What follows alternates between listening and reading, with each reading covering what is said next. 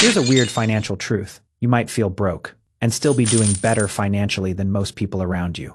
Not rich, not retire tomorrow, not buy a beach house and start calling everyone champ, but better than you think because the way most of us measure financial progress is completely broken.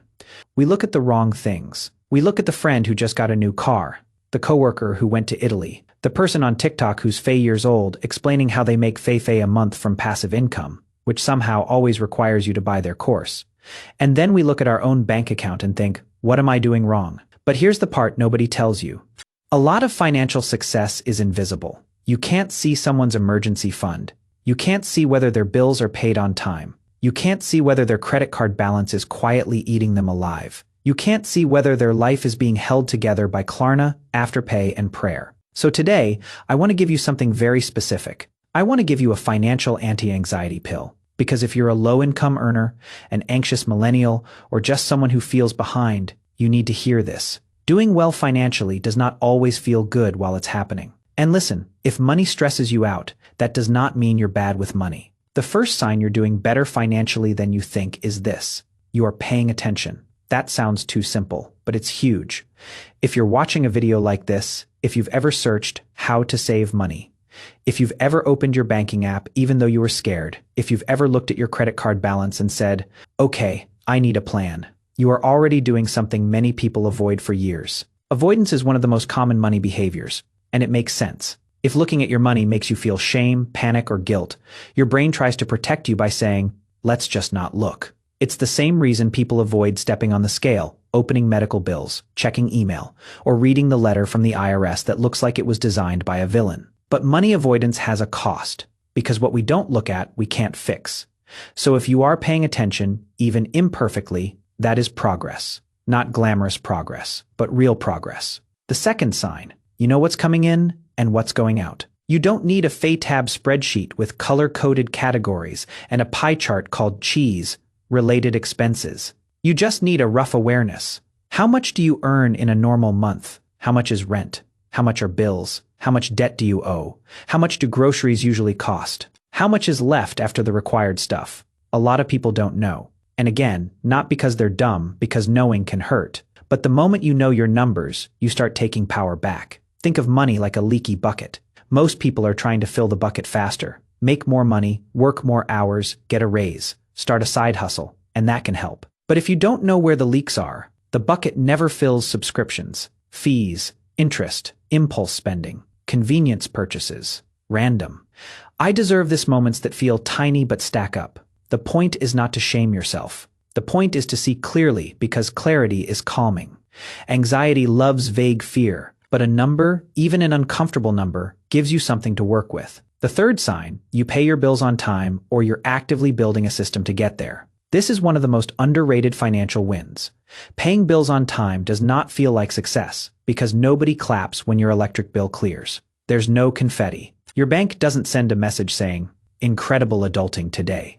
But paying bills on time protects you from late fees, credit damage, stress, and the mental exhaustion of always playing catch-up. And if you've automated anything, even better. Automation is not just a financial tool, it's a psychological tool, because willpower is unreliable. Some days you're tired, some days work drains you, some days life happens. Some days your brain has tabs open and one of them is playing music, but you don't know which one, automation says. I'm not going to rely on my mood to protect my future. Even if it's just auto paying the minimum on a credit card so you never miss a payment, that's a meaningful step. The fourth sign, you have any emergency savings at all. And I mean any. A lot of financial advice makes people feel terrible because it starts with, you need 6 months of expenses saved. Okay, nice. And I need a private chef and a lower rent. But here we are. For many people, 6 months of expenses feels impossible, so they give up before they start. But the first goal is not 6 months. The first goal is then Fay. Because even a small emergency fund changes your psychology. It creates space between you and disaster. Without savings, every inconvenience becomes a crisis. A flat tire is not just a flat tire. It's a credit card balance. It's overdraft fees. It's missing another bill. It's stress that follows you for weeks. But with even Fay saved, that same flat tire becomes annoying instead of catastrophic. That is financial progress. The fifth sign, you are not increasing debt to maintain an image. This one matters a lot. because there is a difference between being broke and being financially fragile because you're trying to look rich. If you're low income, you may have debt because life is expensive. Medical bills happen, cars break, rent goes up, kids need things. Groceries cost more than they used to. That's real. But one sign of financial maturity is when you stop using debt to perform success. You stop buying things mainly because you want to feel less behind. That doesn't mean you never enjoy your life. Please enjoy your life. But there's a difference between buying a fake coffee because it makes your day better and financing a lifestyle that quietly traps you. The goal is not to look wealthy. The goal is to become free. And freedom often looks boring from the outside, the sixth sign. You understand your spending triggers. This is where we need to talk about psychology. Most people think spending is a math problem. It is partly a math problem, but it's also an emotional regulation problem. We don't only spend because we need things. We spend because we're tired. We spend because we're lonely. We spend because we're stressed. We spend because we feel like life has been unfair, and we want one little moment of control. That doesn't make you weak. It makes you human. Companies spend billions of dollars studying your brain so they can get between your feeling and your wallet. One-click checkout exists for a reason. Limited time offers exist for a reason. Only Pay Left exists for a reason.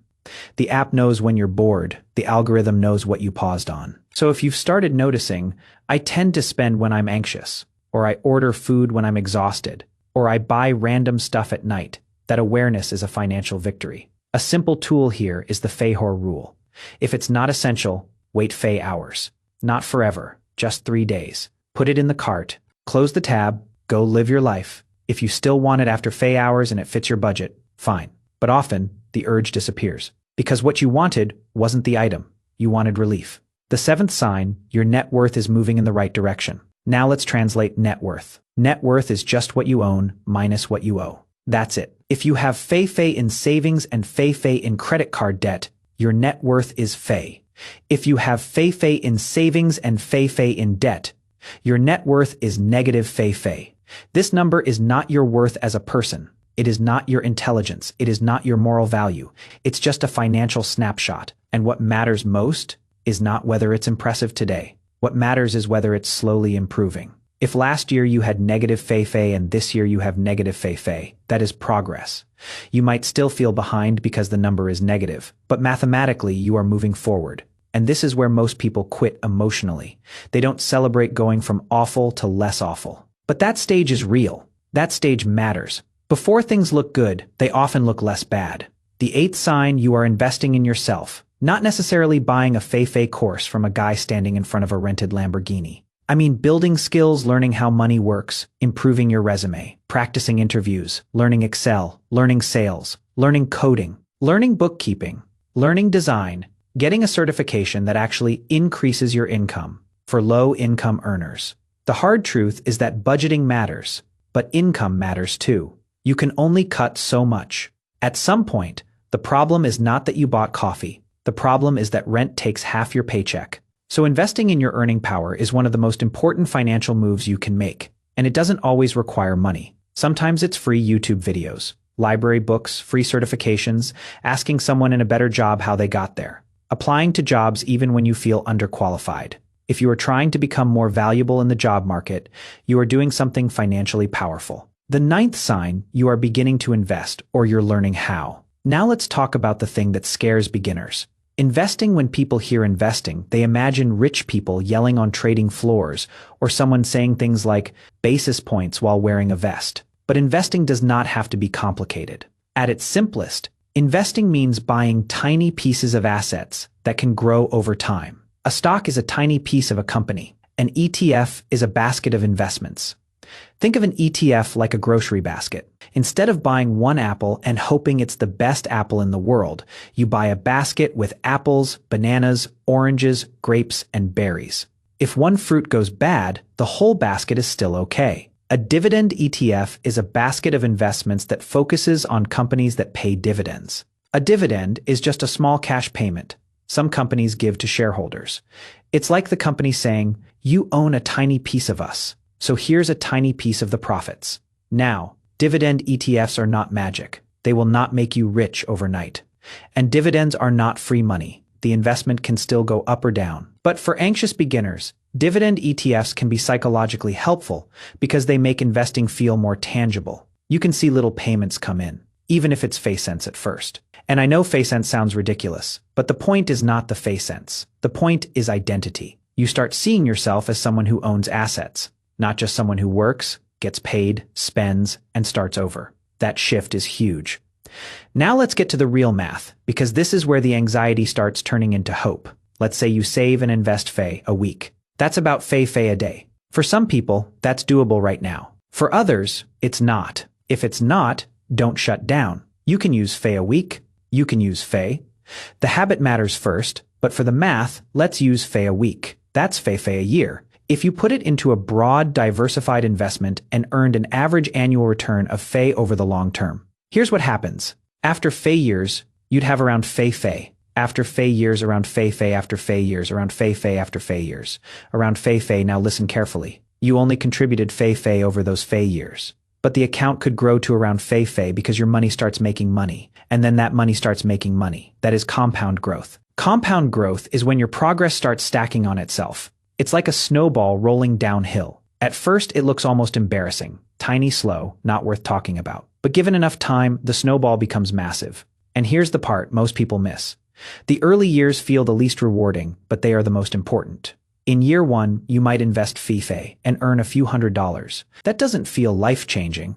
But in year Fey, the growth can be thousands and thousands of dollars a year. Not because you suddenly became a genius, but because you stayed in the game long enough for the math to wake up. Now compare two people. Person A waits until they feel ready. They say, I'll invest when I make more money. I'll invest when life calms down. I'll invest when I understand everything. They wait Fey years. Then they start investing Fey a week for Fey years at Fey. They end with around Fey. Person B starts now with the same Fey a week and invests for Fey years. They end with around Fey, same weekly amount, same investment return.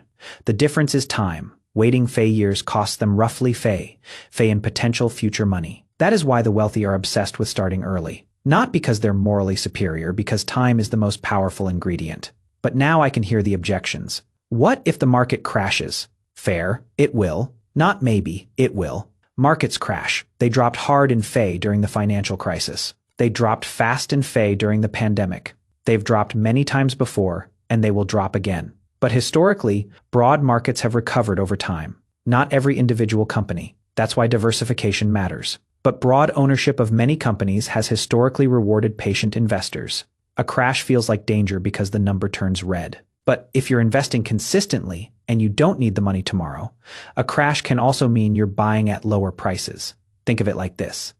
If your favorite grocery item goes on sale, you don't panic, you buy it cheaper. But when investments go on sale, people panic because the sale sign is red and covered in scary headlines. That doesn't mean you should be reckless. It means you should have a plan before fear shows up. Next objection, what about inflation? Inflation means prices go up over time. Your dollar buys less. A Fey grocery bag today might have cost Fey years ago. Inflation is exactly why doing nothing is risky. If your money sits in cash forever, it may feel safe, but it can quietly lose purchasing power. That's why many people keep emergency money in cash, because emergencies need stability, but invest long-term money so it has a chance to grow faster than inflation. Different jobs for different dollars. Emergency fund money is for safety. Investment money is for growth. Next objection. I don't make enough to invest. Maybe right now, that's true. If you are choosing between food, rent, medicine, and investing, take care of survival first. But don't turn. I can't invest Fey a month into. I can't do anything. That's the trap. Can you save Fey? Can you save Fey? Can you automate Fey a day? Can you build the habit while you work on increasing income? Tiny counts. Tiny is not embarrassing. Tiny is how people start when life is hard. Next objection. I'm already behind. You might be behind where you wish you were, but you are not disqualified.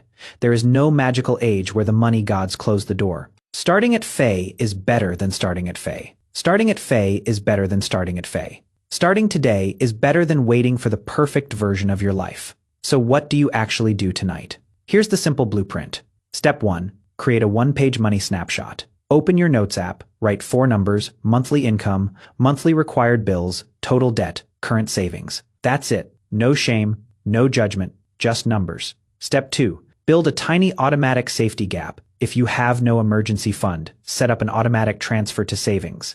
Even Fey a week. The goal is to prove to your brain, I am someone who saves. Your first target is FAE, then FAE, then FAE, then FAE, FAE. Step 3. Start learning or investing with the smallest reasonable amount.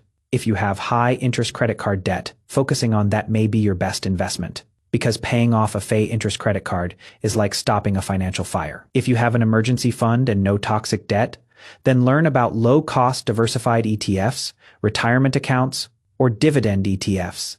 If you like the psychology of seeing cash flow, you don't need to understand everything before you begin learning. You just need to avoid pretending the future isn't coming. And here's the final thing I want you to hear. If you are anxious about money, that may be a sign that you care. It may be a sign that you're waking up. It may be a sign that you're trying to protect your future self. So don't confuse discomfort with failure. You may be doing better than you think if you're paying attention, learning, saving anything, avoiding bad debt, building skills, tracking your numbers, or trying to make a plan that counts. And if nobody has told you this lately, I'm proud of you for trying, because most financial progress is not dramatic. It's quiet. It's opening the app. It's paying the bill. It's not buying the thing. It's saving the first FAE. It's learning one new term. It's choosing not to panic. And one day, if you keep going, you'll look back and realize the version of you who felt behind was actually the version who started changing everything.